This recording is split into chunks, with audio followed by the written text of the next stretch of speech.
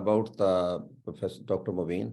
Dr. Mobeen is known as the cool bean. Almost all the world know about the cool bean. Anyhow, Dr. Mobeen was the graduate of King Edward Medical College, Medical University. He is son of Camcolians. Dr. Mobeen is a consultant physicians and academicians, good teachers and trainers. I think a lot of lectures about if you try to make a book, I think you cannot make a single book about the corona. He has played a lot of role in awareness of the corona and about invention of few new treatments about the corona. And all the world knows about Dr. Mobeen, about he has so the world has also given so many awards to the Dr. Mobeen. This Dr. Mobeen, this webinar is in collaboration of Pakistan Physiological Society, Azad Jammu Kashmir Medical College, Muzaffarabad, Women Medical College, Ahmedabad, Pakistan Association of Pathology, South Asian Association of Physiology. And we also started this in the last COVID and pandemic, but we decided, thanks Professor Salma Gondi, that we decided that this academic activity weekly, we will continue it. So in the last 2 weeks, we are discussing about diabetes, and because it is the month of the fast, इस रमज़ान के महीने में, तो let's हमें आप ये बताएं कि ये इनके किन किन कंडीशंस में रोज़ा नहीं रखना चाहिए डायबिटीज़ के अंदर, और डायबिटीज़ जो है वो हमारे रमज़ान के रोज़ों के साथ के ऊपर किस तरह इफेक्ट करती है। कुछ स्टूडेंट्स भी हैं और कुछ इन ग्रुप्स में भी बैठे हैं। Hope they all will learn from your lectures, and I will request also professor Shafaq, professor Amna Yusuf, they also promised about the gestational diabetes. They will end at the end give their panelist views. So it is over to you, Dr. Mobeen Sayyed. Welcome, sir. Thank you, sir. Assalamu alaikum. So thank you very much for having me. Thank you very much for having enjoyed it, and thank you very much for this opportunity as well. आज की जो discussion है, I would like to structure it into 3 parts.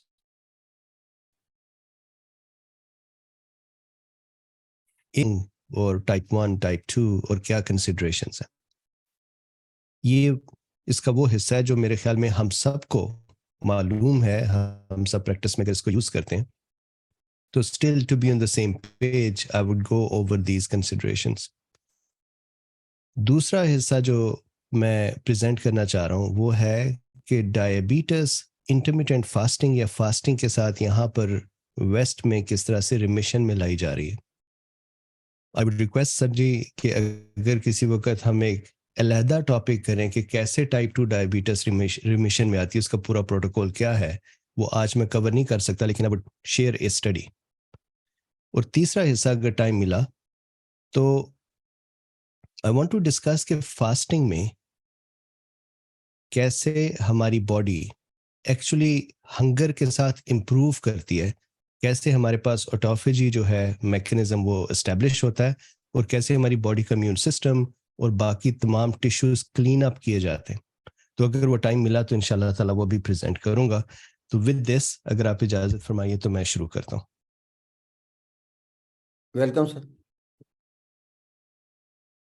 सो सबसे पहले मैं references अपने दिखा दूं। मैं हमेशा रेफरेंसेस को पहले ही प्रेजेंट करता हूं, मुझे आदत है पढ़ाते हुए। तो ये रेफरेंसेस हैं, दिस इज NIH और NID जो नेशनल इंस्टीट्यूट ऑफ डायबिटीज है, उसकी एक बड़ी ही अच्छी एक आर्टिकल है for the management of diabetic patients during fasting. इसके बाद ये आई सी के पाकिस्तान में भी ये काफ़ी राइज है ये graph. These are the foods जिनके ग्लाइसीमिक इंडेक्सेस जो हैं वो स्लो से फास्ट हैं।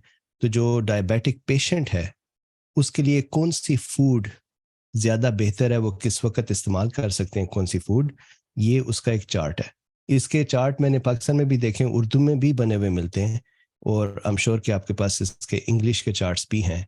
तो ये भी प्लीज कीप इन माइंड कि चार्ट बड़ा इंपॉर्टेंट है, इसको मैं डिस्कस करूंगा वाइल प्रेजेंटिंग। ये वो स्टडी है जिसमें डायबिटीज को 3 महीने में फास्टिंग के साथ रिमिशन में लाया गया है।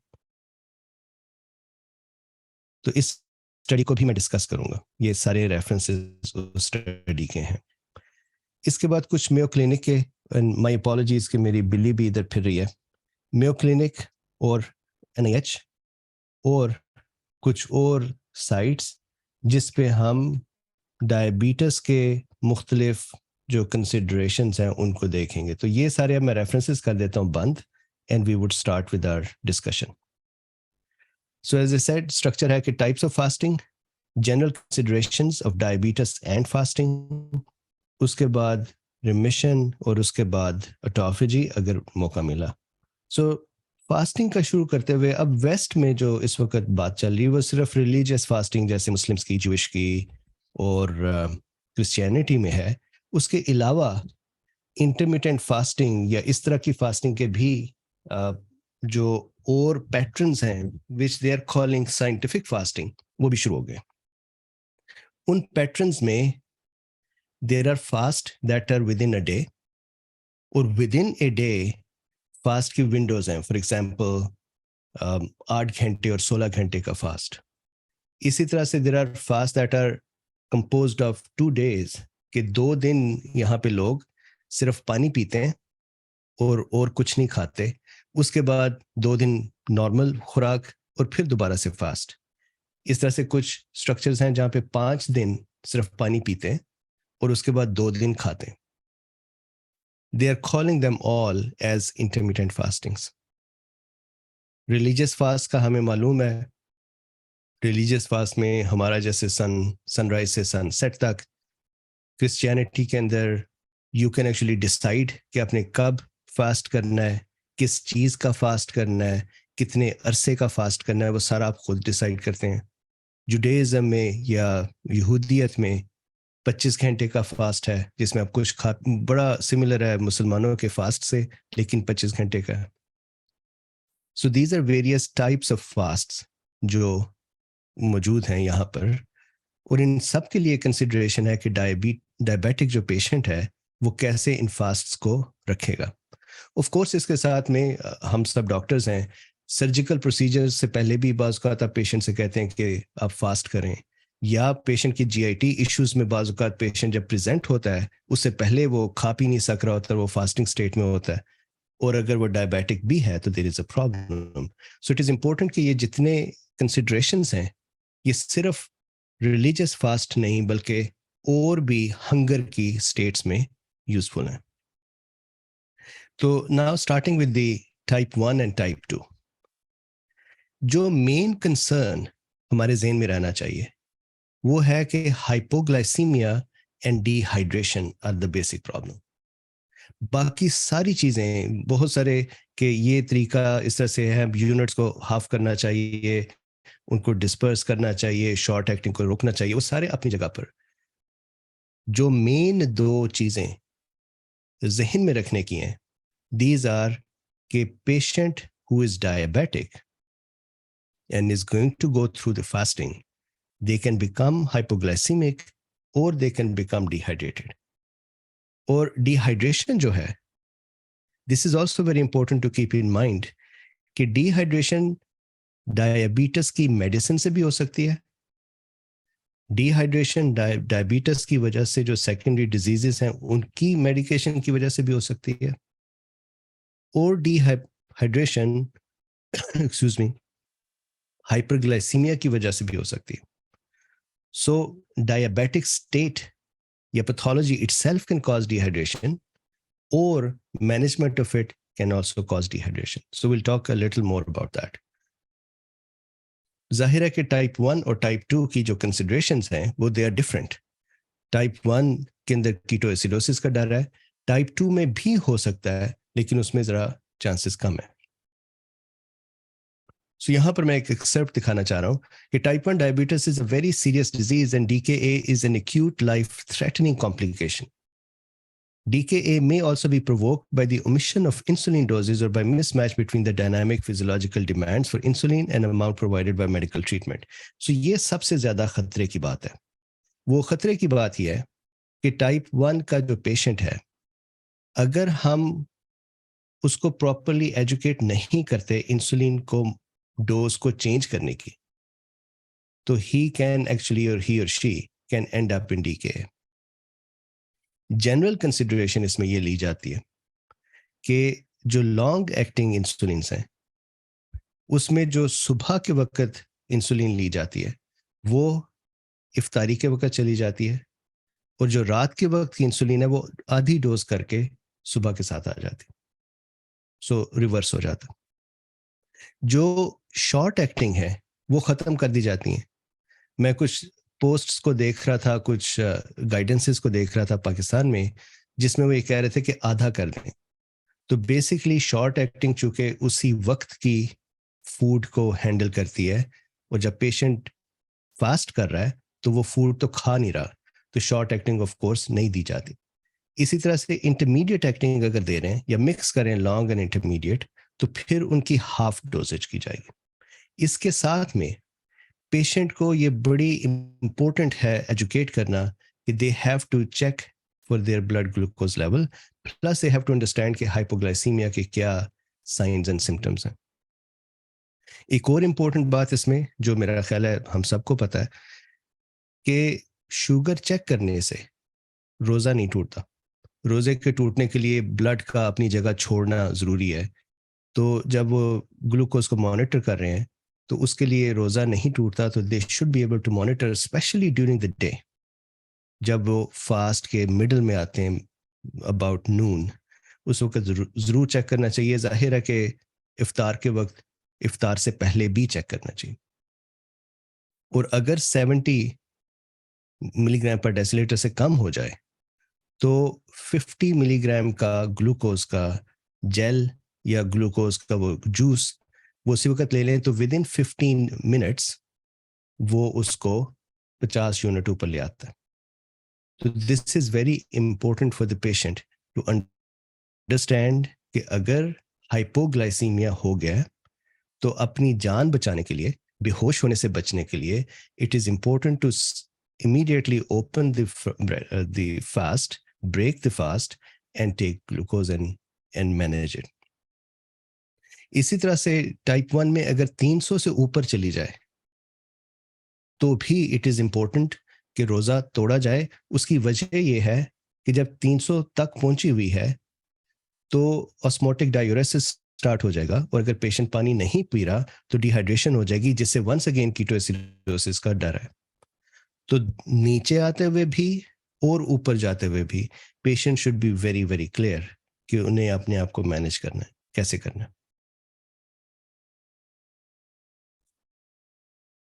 सो जो रिस्क्स हैं ड्यूरिंग फास्टिंग, किन लोगों को रिस्क ज्यादा है? ऑफ कोर्स टाइप 1 डायबिटिक्स को सबसे ज्यादा रिस्क है, और उनका रिस्क जैसे मैंने भी अर्ज किया कि एक रिस्क है हाइपोग्लाइसीमिया का और दूसरा रिस्क है डिहाइड्रेशन का. टाइप 2 का भी रिस्क है, लेकिन इतना नहीं है हाइपोग्लाइसीमिया का जितना टाइप 1 का है. हाउएवर टाइप 2 के अंदर कुछ ड्रग्स हैं जैसे SGLT2 टाइप इनहिबिटर्स जो हैं, जो डिहाइड्रेशन करवा सकते हैं because of the osmotic diuresis.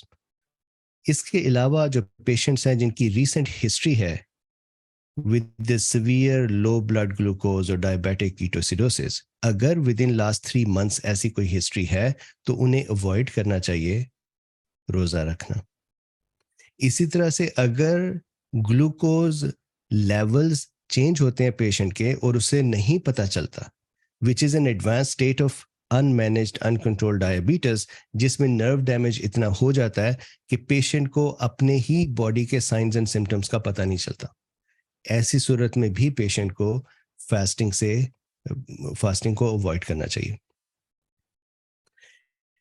Patient किसी का जिसकी सीवियर किडनी डिजीज, क्योंकि अगर किडनी डिजीज चल रही है तो उसके लिए पॉसिबल है कि वो डायूरेटिक्स ले रहे होंगे, जिसकी वजह से डिहाइड्रेशन हो सकती है.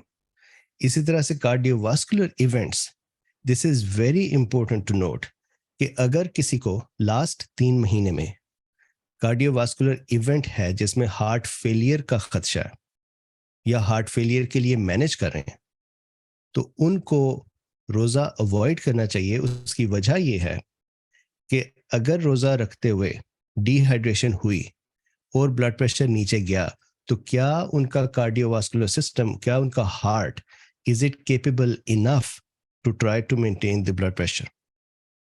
अगर हार्ट कॉम्प्रोमाइज्ड है, अगर हार्ट स्ट्रेस नहीं ले सकता, तो ऐसी सिचुएशन में अगर खुदा न खास्ता डिहाइड्रेशन हो जाती है, तो that patient is at a severe risk of dying और अनदर हार्ट अटैक।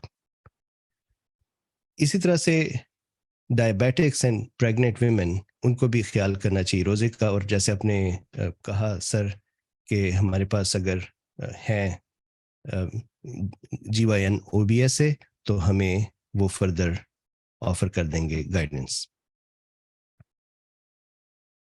एक और जो इम्पोर्टेंट चीज़ है, which I think is really important from a practical point of view, कोई भी डायबिटिक पेशेंट जिसका हीमोग्लोबिन A1C 9% से ऊपर है, उनको कोशिश करनी चाहिए कि वो फास्टिंग को अवॉइड करें या फिर बहुत केयरफुल हो।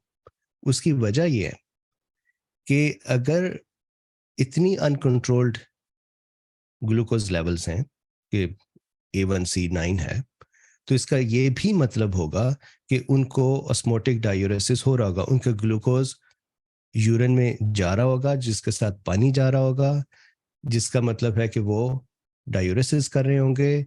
और अगर वो फास्टिंग कर रहे हैं और पानी नहीं पी रहे, तो डिहाइड्रेट हो जाएंगे, and that can become a really severe situation. अगर वो टाइप 1 है तो DKA में जा सकते हैं, टाइप 2 है तो डिहाइड्रेशन की वजह से लो ब्लड प्रेशर में जा सकते हैं, विच वंस अगेन अगर हार्ट नहीं हैंडल कर सकता तो they will be a problem.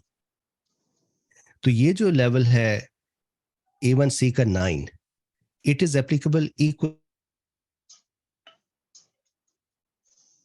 To, इसके रमजान के शुरू में A1C अगर कर लिया जाए और उसको देख कर ये डिसाइड कर लिया जाए कि कितना रिस्क है, तो that is also a very important factor.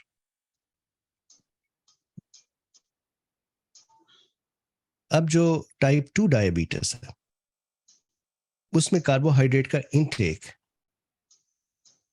चूंकि एब्सेंट हो जाएगा या बहुत कम हो जाएगा, तो इनटेक को, कार्बोहाइड्रेट को मैनेज करना है। उसमें जो आई थिंक सबसे इंपॉर्टेंट चीज है, वो पेशेंट को ये इंडेक्स की फूड्स हैं वो सहरी में इस्तेमाल करें। इफ्तारी का इट डजंट मैटर, सहरी के वक्त। सो ग्लाइसीमिक इंडेक्स जो चीनी है, उसका ग्लाइसीमिक इंडेक्स लिया जाता है 100। तो जो भी फूड जो कार्बोहाइड्रेट की बनी हुई है या जिसमें कार्बोहाइड्रेट्स हैं, और जितनी वो शुगर से कंपेयर्ड, जितनी शुगर वो ऐड करती है, वो उसका ग्लाइसीमिक इंडेक्स है।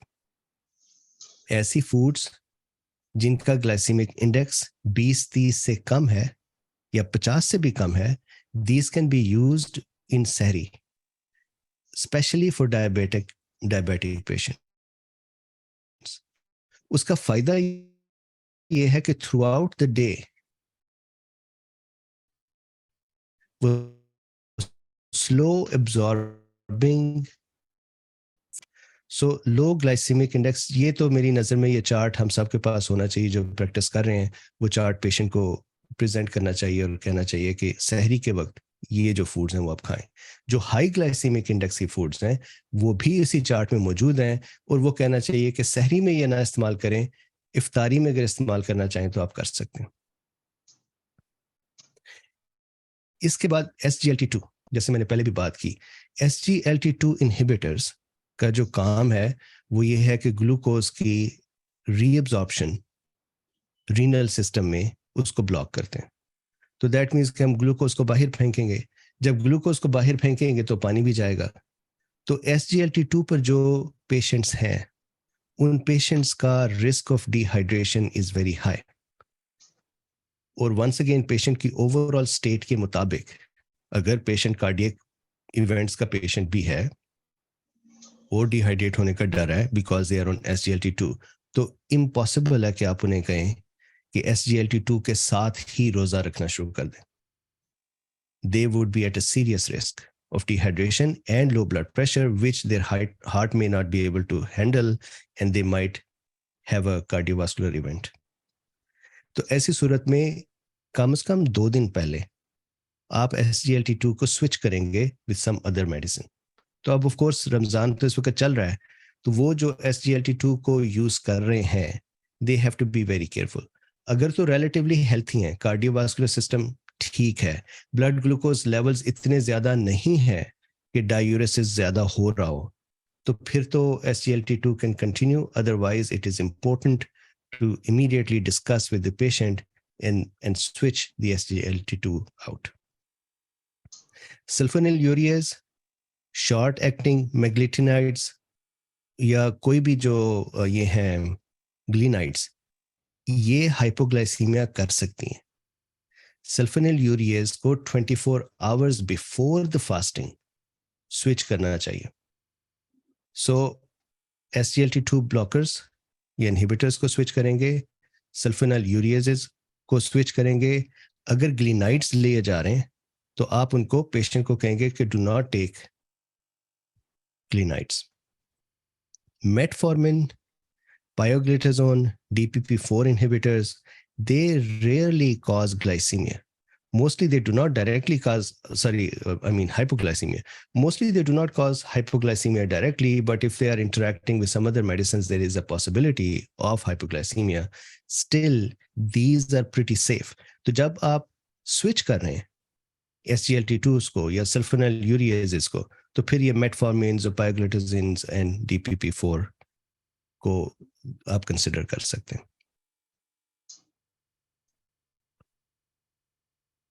पेशेंट की जो सेकेंडरी कॉम्प्लिकेशंस हैं, स्पेशली रीनल कॉम्प्लिकेशंस, जिसमें पेशेंट में be on diuretics, that is also a very important consideration. अगर वो डायूरेटिक्स पर हैं और अगर उनकी डायबिटीज अनमैनेज्ड है, तो they have a severe chance of dehydration. तो ऐसे पेशेंट को भी या तो वो रोजा ना रखें, और या फिर they will have to be very careful कि उनके ग्लूकोज लेवल्स ठीक हैं. You will have to look at this कि उनको इंसुलिन किस तरह की मिल रही है, उनको हाफ कैसे करना है और उनको स्विच कैसे करना है, और अगर वो दूसरी ड्रग्स ले रहे हैं तो वो किस तरह की ड्रग्स हैं और क्या they need to be changed और नॉट. ग्लाइसेमिक इंडेक्स फूड्स की मैंने पहले बात कर ली है. पेशेंट, ये रिपीट करने लगा हूं, वो पेशेंट जिनके लास्ट 3 महीने में कोई कार्डियोवास्कुलर इवेंट्स हैं, स्पेशली कार्डियक फेलियर के, उन पेशेंट्स को तो रिस्क लेना नहीं चाहिए अगर if they are within 3 months. लेकिन अगर वो रिस्क लें तो फिर शुगर या ग्लूकोज लेवल्स इतने अच्छे मेंटेन होने चाहिए कि डिहाइड्रेशन नहीं होनी चाहिए. अगर ब्लड प्रेशर लो हुआ और अगर हार्ट मैनेज ना कर सका, तो they would have another heart attack which can become fatal as well. अब पेशेंट को यह भी पता होना चाहिए कि हाइपोग्लाइसीमिया के क्या साइंस एंड सिम्टम्स हैं. So dizziness, disorientation, light headedness, hunger, heightened irritability, confusion, anxiety, cold clammy skin, sweaty hands, drastic mood swings. These are the signs of hypoglycemia. और this is very important कि patient बाज़ ये कोशिश करता है कि मैं रोज़ा बचा लूँ. अगर ग्लूकोज लेवल 70 के पास आ गए या उससे नीचे चले गए, they have to immediately break fast and take sugar. उसमें रोज़ा बचाने की, जान बचाने की जो है वो बहरहाल प्रायोरिटी आएगी. अब ये तो एक होगी कंसिडरेशंस फॉर टाइप 2 डायबिटीज. अब मैं अगले टॉपिक पे जाने लगा हूं कि टाइप 2 डायबिटीज का पेशेंट क्या फास्टिंग का एडवांटेज लेकर रिमिशन में जा सकता है कि नहीं. This is a very different point of view. So अगर आप देखिए कि जो भी हमने बात की है उसमें हम ये बात करें कि एक पेशेंट डायबिटिक है 1 और 2, उसको कितना केयरफुल होना चाहिए और उसकी दवाइयों को हमने कैसे मैनेज करना है. अब हम बात करने लगे कि क्या ये मुमकिन है कि फास्टिंग को यूज करके पेशेंट एक्चुअली अपनी डायबिटीज को क्योर कर ले. तो ये मैं आपको एक स्टडी प्रेजेंट कर रहा हूं. इस स्टडी में एक्सक्यूज मी, इस स्टडी में there were 72 participants, so it's a smaller study. 72 participants जो सारे टाइप 2 डायबिटिस मेलाइटस के थे. कुछ लोग 1 साल से डायबिटिक थे, कुछ लोग 10 साल से डायबिटिक थे, ऑन एवरेज अबाउट 6 साल के डायबिटिक पेशेंट्स थे. एज में भी यंग से लेके 72 ईयर तक की एज के लोग थे. कुछ लोग इंसुलिन डिपेंडेंट थे और कुछ लोग दूसरी ड्रग्स ले रहे थे. Meaning it was quite a diabetic, proper diabetic patients group. इस ग्रुप को उन्होंने 2 ग्रुप्स में डिवाइड किया रैंडमली. एक ग्रुप को उन्होंने वो ड्रग्स दी जिनको वो कहते हैं जी low carb drugs. Low carb drugs में उनके पास जो ड्रग्स हैं, for example rice, nutritional rice हैं, सॉलिड बेवरेजेस हैं, meal replacements with biscuits and fruits and vegetables and gruel, mainly whole grains. इसका जो पूरा टेबल है वो मिल जाता है. लेकिन जनरली आप इस पे I think you'll be surprised, generally जो स्ट्रक्चर था वो ये था कि 46% कार्ब्स थे, 46% अभी भी कार्ब्स थे, 46% फैट और 8% प्रोटीन. ये प्लेट थी उनकी और कैलोरीज 840 थी. 1/3 of the total calorie requirement, 1/3 of the requirement. So इसमें जो मैजिक था वो था कैलोरी रिस्ट्रिक्शन. और किया उन्होंने ये कि 15 दिन के उन्होंने स्ट्रक्चर बनाए, साइकिल्स बनाए, जिसमें 5 दिन ये फूड जो रिस्ट्रिक्टेड फूड है और 10 दिन normal. So that's not a very difficult thing to do. 5 दिन रिस्ट्रिक्टेड फूड, 10 दिन नॉर्मल. और जो रिस्ट्रिक्टेड फूड है उसको उन्होंने ये भी नहीं कहा कि आपने सिर्फ 1 मरतबा खाना है या सिर्फ 2 मरतबा खाना है या 3 मरतबा खाना. उन्होंने कहा जैसे आप खाते हैं रेगुलरली वैसे खा लें, लेकिन डाइट को आप रिस्ट्रिक्टेड रखेंगे, कैलोरीज को रिस्ट्रिक्टेड रखेंगे. कैन यू इमेजिन दिस कि 3 महीने के साइकिल्स में, जिसमें टोटल ये 6 साइकिल आए 15-15 दिन के, सारे डायबिटिक पेशेंट्स थे. लेकिन जो लोग इस फूड पर गए 5 और 10 के साइकिल में, 3 महीने में they had become 55% of the patients had become fully recovered. I shouldn't say recovered, remitted. They had remission of type 2 diabetes to the point that they did not need any more medicines. And not only that, they were able to maintain that for 1 year. ये बहुत बड़ी बात है. आजकल यहाँ पर waste में हमारा जितना भी स्ट्रेस है डायबिटीज की मैनेजमेंट में, स्पेशली टाइप 2 में, वो रिमिशन के ऊपर है इंस्टेड ऑफ मैनेजमेंट. क्योंकि हमें ये नजर आ गया कि रिमिशन हो सकती है. चुनाचे मुख्तलिफ मेथड्स और ट्रायल्स हो रहे हैं कि रिमिशन कैसे की जा सकती है. दिस इज वाई मुलाजिम साहब, आई वुड रिक्वेस्ट अगर आप पसंद करें तो एक टॉपिक हम सिर्फ रिमिशन के ऊपर बात कर लेंगे इंशाल्लाह. सो यहाँ पर इसको अगर आप देखिए तो अगर आपके पास एक पेशेंट है जो रिलेटिवली हेल्थी है, चाहे वो इंसुलिन डिपेंडेंट भी हो, सेकेंडरी अगर कॉम्प्लिकेशंस नहीं है, अगर वो इस बात पे तैयार हैं कि मैं अपने आप को कुछ दिन कैलोरी रिस्ट्रिक्टेड रख सकता हूँ और कुछ दिन मैं नॉर्मल इफ्तारी और सहरी कर सकता हूँ, तो आप उनको अगर ये आदत डाल लें रमज़ान में और उन्हें कहें कि ये कुछ महीने और ये कर लो, तो they can actually become remitted enough that they do not even need medicine. उसके बाद it's a matter of discipline. जब इस स्टडी में उन्होंने कहा जी कि साल के बाद, साल तक मेंटेन किया उन्होंने, द रीजन वाज कि कुछ लोगों ने अपना डिसिप्लिन छोड़ दिया, दोबारा से ज्यादा खाने लग गए, मुख्तलिफ तरह की कार्बोहाइड्रेट्स खाने लग गए, and they broke their discipline. I think discipline तोड़ने में एक वजह ये भी होती है कि पेशेंट को जब ये पता चल जाता है ना कि ये मेरे पास कुलिया आ गया, ये मेरे पास फार्मूला आ गया, तो पेशेंट लैक्स हो जाता है. वो कहता है अच्छा जब जरूरत पड़ेगी ये कर लूंगा, तो उस वजह से कंप्लायंस से वो निकल जाते हैं. Anyways 55% of the patient remitted, some of them on insulin within 3 months remitted. I just cannot explain how excited I am about this. इसमें food interval did not matter, और participants in addition to remission they also lost about 10% of their body weight too, which was also, most of the participants here were actually above the normal BMI. तो मेरे पास ये सारे references इधर हैं, मैंने शुरू में भी आपको दिखाए थे, मैं ये भेज दूंगा प्रेजेंटेशन सर को, मुलाजिम साहब को, आप अगर वो ले लें तो इसमें भी रेफरेंसेस लिंक्स पड़े हुए हैं।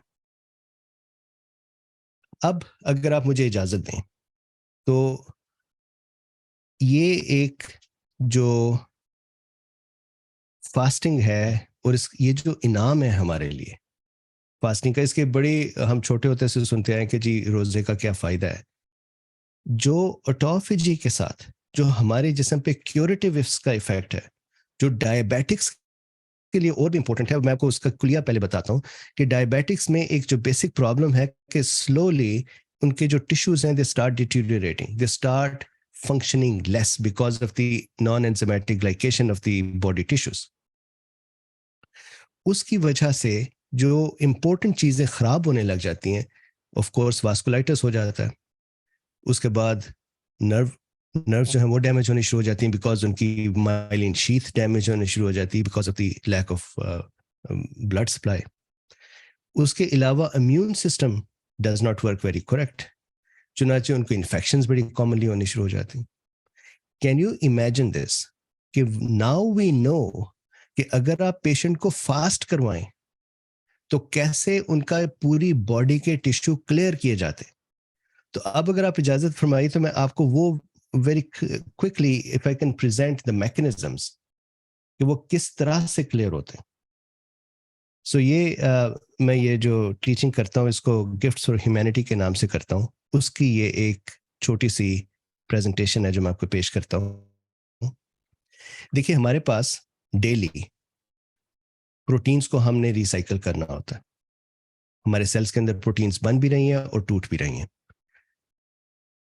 इन प्रोटीन्स को रिसाइकल करने का जो हमारे पास फिजियोलॉजी में हमने पढ़ा हुआ है वो है यूबिक्विटिनेशन, कि यूबिक्विटिन एक मार्कर प्रोटीन होती है, वो जिस प्रोटीन के ऊपर आप लगा देते हैं उस प्रोटीन को हम रिसाइकल कर देते हैं। कैस्पेस प्रोटीन्स होती हैं जो एक्टिवेट हो जाती हैं और वो प्रोटीन्स को तोड़ती हैं। 2016 में नोबेल प्राइज मिला योशिनोरी ओसुमी को। इन्होंने for the first time discover किया कि किस तरह से ऑटोफेजी एक मैकेनिज्म है that is different from ubiquitination which helps the cell become clear. मैं भी explain करता हूं तो वो थोड़ा सा और clear हो जाएगा, लेकिन he is the person who discovered this mechanism in 2016, so recent चीज है, बहुत पुरानी बात नहीं है। फास्टिंग के साथ मैं पहले जी सॉरी ओके सो फास्टिंग के साथ मैं इसको पहले जोड़ना चाहता हूं। देखिए जब हम फास्ट करना शुरू करते हैं तो हमारे पास ये इस कॉन्टेक्स्ट में ऑटोफेजी के कॉन्टेक्स्ट में दो तरह की फास्टिंग विंडोज मिलती हैं हमें। एक है अगर 8 घंटे का फास्ट हो और एक है अगर 16 घंटे का फास्ट हो। 8 घंटे के फास्ट में जो ही हम स्टार्वेशन की स्टेट में जाते हैं, that is 2 or 3 hours after we are hungry, तो हमारे पास एक मैकेनिज्म स्टार्ट होता है सेल्स के अंदर जिसको हम कहते हैं मैक्रो ऑटोफेजी, जो सेल्स को क्लीन करना शुरू करता है। And I will explain that in a second. I want to make sure कि टाइमिंग हमारे ज़हन में आ जाए। अगर हम 16 घंटे के फास्ट में, तो हमारे पास एक और मैकेनिज्म है जो एंगेज होता है जिसको हम कहते हैं शेपरॉन मीडिएटेड ऑटोफेजी और सीएमए। सीएमए और मैक्रो ऑटोफेजी दोनों के अपने अपने पर्पसेस हैं, लेकिन जो इस वक्त हमारे अगर जहन में ये बात आ जाए कि अगर आप कभी भी पेशेंट्स को, चाहे वो डायबिटिक्स हो चाहे वो किसी और चीज के पेशेंट हो, डायबिटिक्स के लिए तो एक्चुअली ये बड़ा इंपॉर्टेंट है, आप अगर उन्हें 8 घंटे का फास्ट करवाएं तो आप उनको एक्चुअली हील करना शुरू कर देंगे। ये जो उनकी जो इम्यून सिस्टम के मसाइल हैं, जो उनके नर्वस सिस्टम के मसाइल हैं, जो उनके वास्कुलाइटिस के मसाइल हैं, आप एक्चुअली उनको करेक्ट करना शुरू कर देंगे, जो बड़ा मुश्किल है डायबिटीज में। तो आई एम गोना एक्सप्लेन कि ये कैसे होता है। इसकी जो लीडर रिसर्चर हैं, इनका नाम है doctor Ana Maria Cuervo. She is an MD and a PhD and a professor of molecular biology. in Einstein College. इनसे पहले ये सोचा जाता था कि फास्टिंग में 24 घंटे का फास्ट चाहिए ऑटोफेजी को स्टार्ट होने में। और मुझे पता है, मैंने भी एक्सप्लेन नहीं किया कि ऑटोफेजी है क्या, वो मैंने भी एक्सप्लेन करना है। लेकिन ऑटोफेजी के मैकेनिज्म को स्टार्ट होने में ये सोचा जाता था कि 24 से 48 आवर्स लगते हैं। हर team has actually now demonstrated कि विद इन 8 आवर्स ऑटोफेजी जो है वो हो रही होती है, और within 16 hours deep autophagy हो रही होती है, इंक्लूडिंग ब्रेन के अंदर ऑटोफेजी। तो अगर कोई डायबिटिक पेशेंट्स हैं जिनके मेमोरी लैप्सेस हैं, या जिनके कॉग्निटिव डिक्लाइन है, या जिनके न्यूरोलॉजिकल इश्यूज चल रहे हैं बिकॉज ऑफ डायबिटीज, तो आप एक्चुअली उसको भी रिवर्स कर सकते हैं। तो लेट्स सी कि अब, so let me just give you this one quick point. Brain में न्यूरॉन्स की क्लीनिंग, या न्यूरॉन के अंदर जो डिब्री, जब हमारा सेल काम करता है, बिल्कुल ऐसे ही जैसे हमारे सिटीज हैं या हमारे घर हैं, जब घरों में हम अपना वक्त गुजारते हैं और काम होता है तो घरों में ट्रैश इकट्ठा होता है। सिटीज में जब हम काम करते हैं और सिटीज चलते हैं, ऑपरेट करते हैं, तो ट्रैश इकट्ठा होता है। इसी तरह से जब हमारे सेल ऑपरेट करते हैं तो उनके अंदर ट्रैश इकट्ठा होता है। न्यूरॉन्स में जो ट्रैश इकट्ठा होता है, जो वेस्ट प्रोडक्ट्स बनती हैं, वो 14वें घंटे की फास्टिंग में जाकर साफ होती। तो जरा सोचिए, अगर हमारी फास्टिंग या खाना ना खाने की स्टेट में 14 घंटे खाना ना खाने की स्टेट ना आए, तो हमारे न्यूरॉन्स अपने आप को साफ करते ही नहीं। वो जो एक्यूमुलेट होता है ट्रैश ब्रेन में और न्यूरॉन्स में, that causes cognitive decline, that causes dementia in the overall personality of the person, and that is the reason that as we age we start getting dementia, one of the reasons. तो अगर हम अपने लिए भी और अपने patients के लिए भी ये तरीका ढूंढ लें कि किसी तरह से 8 या 16 घंटे का गैप मिले हमें फूड्स में, तो that is a very important gap for brains health. तो जो मैं ये मुख्तलिफ वो हैं स्टडीज हैं जो इस पर हैं, but I want to explain कि ऑटोफेजी है क्या चीज़। ये है, मुझे वो जब भी मैं इसको पढ़ता हूँ तो मुझे ये लगता है कि अल्लाह ताला का इनाम है फास्टिंग में हमारे लिए, और डायबिटिक पेशेंट के लिए इवन ज़्यादा, क्योंकि डायबिटीज में जितनी डिटीरियरेशन है बॉडी की, उसको रिकवर करने के लिए the only process that can recover it is fasting. तो लेट मी एक्सप्लेन कि होता क्या। इमेजिन कीजिए कि हम हंग्री हैं, तो जनरली हमारी बॉडी क्या करती है, व्हेन वी आर स्टार्विंग, तो हमारी बॉडी ढूंढती है कि अच्छा जी ग्लाइकोजन कहीं से मिल जाए, लिवर के अंदर से ग्लाइकोजन मिल जाए, ग्लूकोज स्टोर्स जो है वो जहां से मिल जाए उन्हें यूज करती है। उसके बाद वो फैट्स को यूज करना शुरू कर देती है, उसके बाद प्रोटीन्स को यूज करना शुरू कर देती है। तो can I simplify this whole thing to say कि हमारी बॉडी को अगर बाहर से खुराक ना मिले तो वो अपने अंदर ढूंढना शुरू कर देती है कि कहाँ खुराक पड़ी हुई है, कहाँ पे एक्स्ट्रा कुछ पड़ा हुआ है जो मैं इस्तेमाल कर सकूं। एग्जैक्टली वही चीज सेल करता है। जब सेल को आप बाहर से खुराक नहीं देते, जब आप सेल को हंगर की स्टेट में लाते हैं, स्टारवेशन की स्टेट में लाते हैं, तो सेल अपने अंदर देखने लग जाता है कि do I have anything sitting around that is useless, do I have any waste product present in me that I can recycle and break down and use for energy? Every cell does that. और interesting चीज ये है कि हमारा जो structure है 3 वक्त के खाना खाने का, और ये सबका नहीं है लेकिन ज्यादा कॉमन यही है, हमारा जो स्ट्रक्चर है, जो पैटर्न है, जो हैबिट है 3 वक्त के खाना खाने की, और आजकल तो उस हैबिट के साथ में स्नैकिंग और शाम को बैठ के भी वो मीठा खाना, ये उस हैबिट की वजह से ऑटोफेजी हमारी एंगेज होती नहीं। हमारे सेल्स के अंदर रूल ये है कि अगर सेल को बाहर से फूड मिल रही है तो सेल अपने अंदर से वेस्ट प्रोडक्ट को रिसाइकल करने का मौका लेता ही नहीं। इसका मतलब ये है कि as we continue to age and as we continue to provide food to our cells from outside, our cell never get a chance to remove the trash, and the trash continues to build up in the cell. अब जरा सोचिए, waste products being built up in the immune cells. तो immune cell dysfunction में जाएंगे. Waste products built up in the muscles will cause dysfunction of the muscle. Waste product in the neurons will cause cognitive declines. Waste product in the endothelium will cause vascular malfunctions. तो इन सारों का simple सा हल क्या है, बजाय इसके कि आप भागें ड्रग्स के लिए. What is the simplest हल? रोजा. रोजे में क्या होता है कि जब हम हंगर स्टेट में लाते हैं, तो देखिए यहां पर मैं इस डायग्राम को अगर प्रेजेंट करूं, हमें सबको ये बात पता है कि जो सेल्स हैं वो फैगोसाइटोसिस करते हैं और पिनोसाइटोसिस करते हैं, राइट. वो ये कि बाहर से चीज उठाई और उसे खा पी लिया. सेल यही काम इंटरनली भी करते हैं. उसमें ये है 2016 का नोबेल प्राइज. उसमें ये जो ओसिमो है, योशिनोरो, उन्होंने ये डिस्कवर किया कि सेल के अंदर जब वेस्ट प्रोडक्ट के पाइल्स लग जाते हैं, बाय द वे ये जो वेस्ट प्रोडक्ट सेल के अंदर इकट्ठी हुई है, ये सारी उम्र पड़ी रहती है, हिलती नहीं.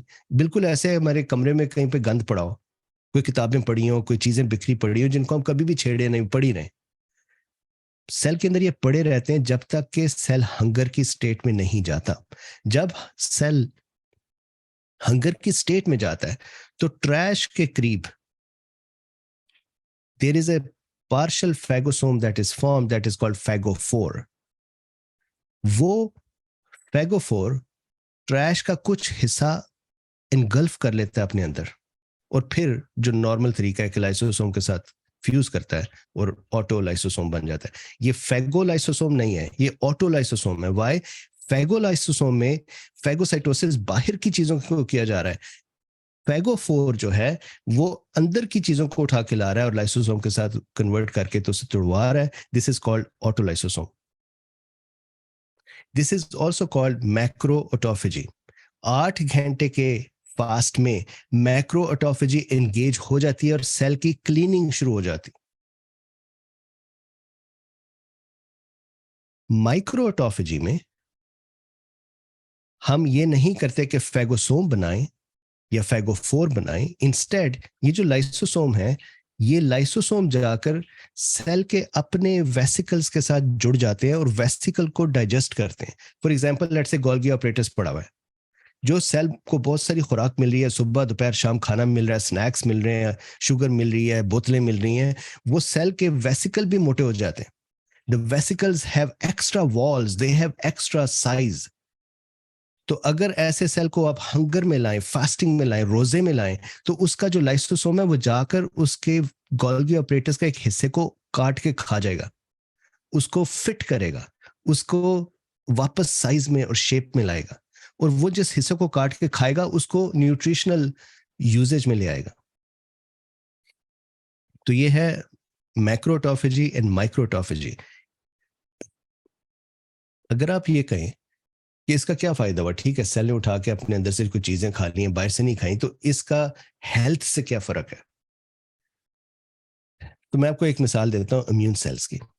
इम्यून सेल्स में फॉर एग्जांपल मैक्रोफेजेस या मोनोसाइट्स या न्यूट्रोफिल्स या ऐसा के दूसरे सेल्स, अगर उनके अंदर वेस्ट प्रोडक्ट पड़ी हो, तो इम्यून सेल्स का ये ख्याल है कि मेरे अंदर अगर कोई वेस्ट प्रोडक्ट पड़ी हुई है तो इसका मतलब है बाहर कोई हमला हुआ था, there was some infection, there was some tissue breakdown, and I have some trash or waste product from that process, from that work. चुनाचे immune cell in response inflammatory markers को, mediators को रिलीज करने लग जाता.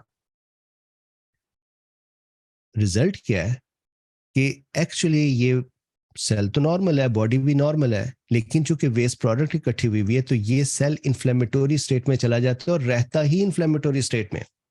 This is one of the reasons why as we age our bodies become more inflamed compared to younger ages. आपको मेरा ख्याल है सबको ये बात पता है कि ऐसा एज में जो एक बड़ा प्रॉब्लम आता है वो ये कि हमारी body generally higher state of inflammation में रहती है, जिसकी वजह से बाकी मसाइल आने शुरू हो जाते हैं. One reason for continuous inflammation is the pileup of the trash within the immune system cells, which causes the immune system cells to be triggered and continuously produce inflammatory mediators. Because उनका ख्याल है अंदर में कोई गंद पड़ा हुआ है जो बाहर से कहीं से आया, तो हमें सफाई की जरूरत है, हमें डिफेंस की जरूरत है. ऐसे सेल को अगर आप हंग्री कर दें, स्टार्व कर दें, तो वो अपना जो ट्रैश है वो खा जाएगा, तो उसके खाने से सेल हेल्थी हो जाएगा. Cell inflammatory markers, mediators produce करना कम कर देगा. हमारी स्टेट ऑफ इन्फ्लेमेशन कम हो जाएगी. So it is not only that we want to just recycle whatever is inside the cell and clean up the cell. We actually become healthy. अब सोचिए diabetics में ये ज्यादा, मैं बार बार इसको डायबिटिक्स से कनेक्ट से कर रहा हूँ कि आज का टॉपिक डायबिटीज पे और फास्टिंग पे. डायबिटिक्स में ये और ज्यादा मसला है, उनके इम्यून सेल और कम काम करते हैं क्योंकि उनको ग्लूकोज भी नहीं मिल रहा होता. अब वो ग्लूकोज मिल नहीं रहा, काम वो कम कर रहे हैं, अंदर उनके ट्रैश पड़ा हुआ है. ऐसे सेल को जब आप जरा सा स्टार्व करते हैं तो वो अपना ट्रैश खाता है और क्लीन होता है, तो उसकी जो इन्फ्लेमेटरी स्टेट है वो ठीक हो जाती है. आपके पेशेंट की immune system will start working better.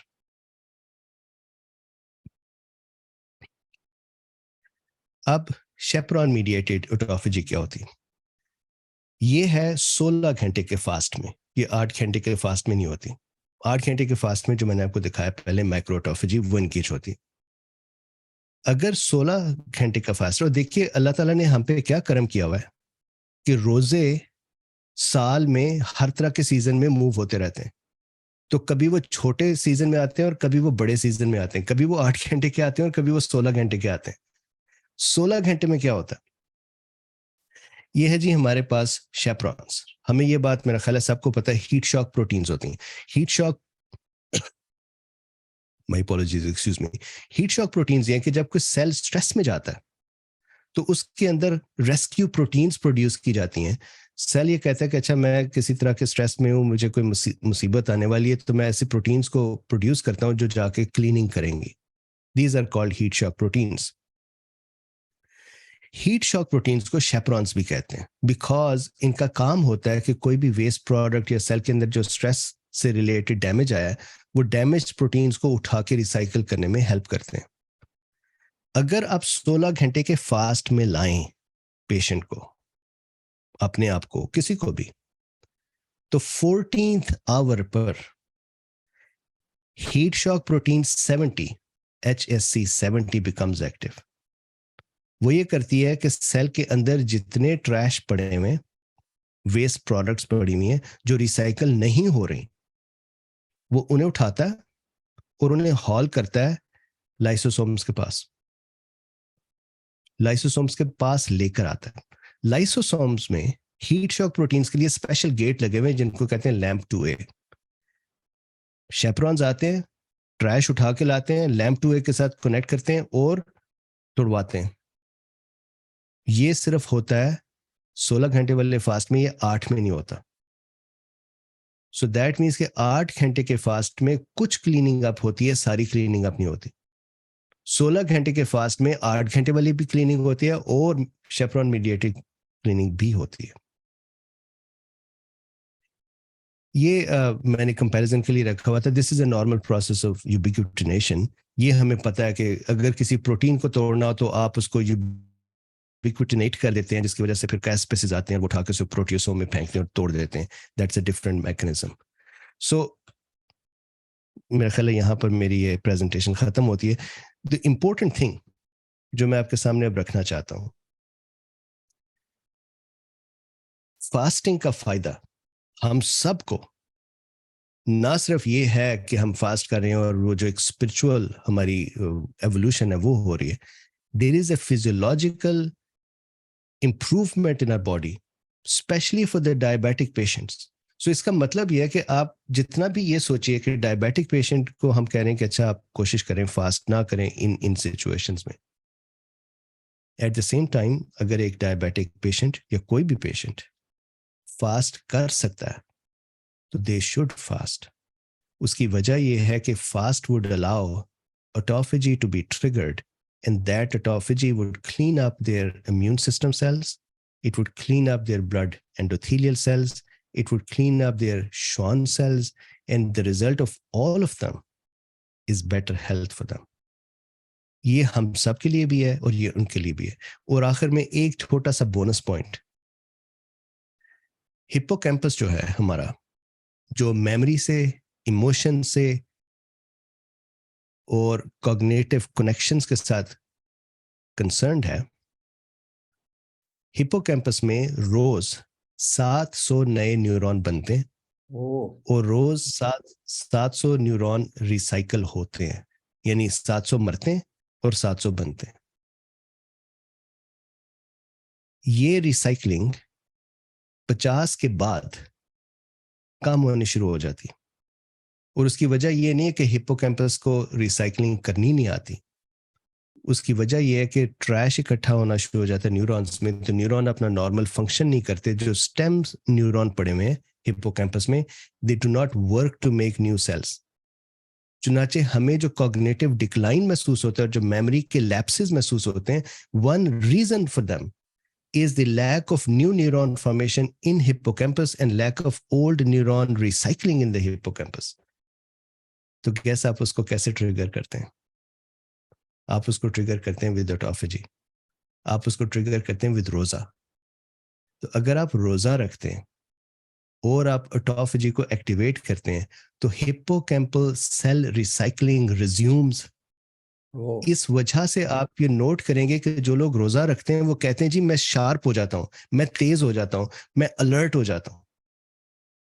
So not only the whole body's tissue start becoming cleaned up, actual recycling of hippocampal cells start. Hippocampus 50 साल के अंदर 100% ब्रांड न्यू हो जाता है. It has neurogenesis in it. So that is a discussion. I hope it was useful. Thank you very much for listening. Really, ये बहुत बड़ा एक खूबसूरत सा लेक्चर था. हमारी रोज़ा ना सिर्फ हमारी रूहानियत को बेहतर करता है, हमारी बॉडी फिजियोलॉजी को भी बेहतर करता है. Before that